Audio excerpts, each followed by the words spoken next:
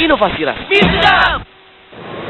Ya, Anda kembali lagi di Wide Shot, pemirsa. Masih kita membahas mengenai makanan-makanan yang mengandung bahan-bahan berbahaya seperti formalin dan juga borak.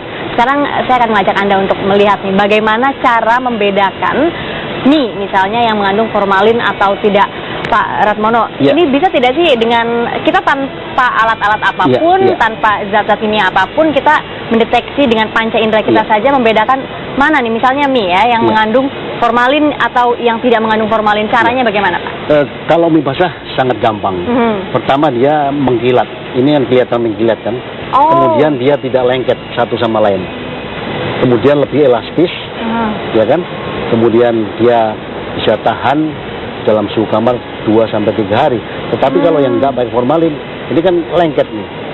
Nih, ini kan lengket menyatu ya? kan, menyatu. Nah, ini kemudian juga tidak mengkilat warnanya dibanding dengan yang menggunakan formalin. Kalau yang menggunakan formalin ini kan kelihatan sangat mengkilat, kemudian dia licin, dia tidak lengket. Kalau kita bedakan dengan yang tidak menggunakan formalin. Ini menggumpal begitu menggumpal, ya, kan? menyatu. Nah, ini secara kasat mata bisa langsung terlihat. Kelihatan sekali. Oke, begitu caranya pemirsa. Itu tadi mie ya. Sekarang mungkin ada makanan-makanan lagi nih yang juga kita sering temui di pasaran sehari-hari dekat dengan kita. Misalnya bakso nih, pasti siapa sih yang tidak suka bakso ya? Pasti semua orang suka bakso, tapi kita juga harus bisa membedakan mana bakso yang mengandung formalin dan mana yang tidak mengandung formalin. Caranya bagaimana, Pak Ratmono? Ini dari tadi kita amati, yang dihinggapi lalat kan sekitar ini aja kan? Iya. Yang ini yang pakai formalin ini kan penampakannya teksturnya adalah lebih kering kan, lebih kering. Kemudian ini kalau kita pijat juga lebih kenyal, lebih kenyal juga. Jadi dan kalau kita bau, ini diantara tiga ini yang paling nggak bau kan ini kan. Ini kan tidak. Bau, ini pakai formalin ya yang ini? Ini nggak, ya pakai formalin kan. Baunya kan khas. Masih kalau segar, yang bau ini kan bakso ya?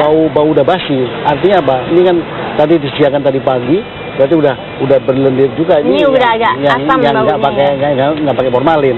Oke, jadi pemirsa memang bisa dibedakan dari tekstur yang lebih kenyal, sedangkan yang tidak berformalin teksturnya lebih kering kan? Lebih kering. Tidak kenyal ya kalau yang tidak pakai formalin, dan juga dari bau. Dan ini tadi kan yang dikerubutin lalat kan yang ada sekitar ini. Ini yang tidak menggunakan. Iya, waduh. Nah, ada lagi yang dekat mungkin. Nah, ini kesukaan saya nih, Pak. Tahu. Iya. Gimana caranya tahu supaya tahu ini mengandung bahan berbahaya atau tidak? Ini kalau tahu ini juga dengan tangan ya bisa juga. Ini yang empuk lembut kan, lembut. Dibanding dengan yang agak keras nih, yang keras tapi dia tidak padat. Tapi yang ini kan teksturnya kan lebih lembut kan. Kemudian yang paling kelihatan sekali setelah nanti digoreng.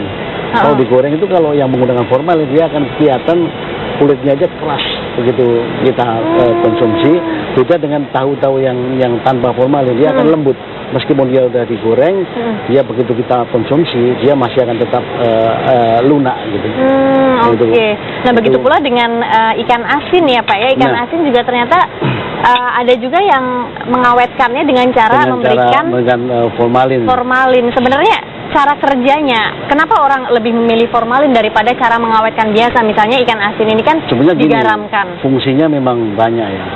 Formalin itu luar biasa sekali dan tidak akan ada penggantinya. Nah, fungsi daripada formalin dalam ikan asin itu pertama, selain dia memperbaiki tekstur, dia juga bisa menambah bobot. Bobotnya juga bisa? Beratnya. Karena apa? Sifat formalin itu kan menyerap air sampai 20%. Jadi berdasarkan literatur, dia punya daya bisa menyerap air sampai 20%. Sehingga kan menambah bobot juga kan. Jadi tapi teksturnya masih kelihatan seolah-olah dia udah agak kering kan. Oke, baik Pak Ratmono, terima kasih. Tapi yang penting mudah-mudahan masyarakat juga bisa lebih mengerti ya bagaimana membedakan makanan-makanan ini ketika menemukan di pasaran. Terima kasih Pak Ratmono, dan itu tadi pemirsa mudah-mudahan berguna untuk Anda. Kita akan kembali sesaat lagi, jangan kemana-mana, tetap di Wide Shot. Terima kasih.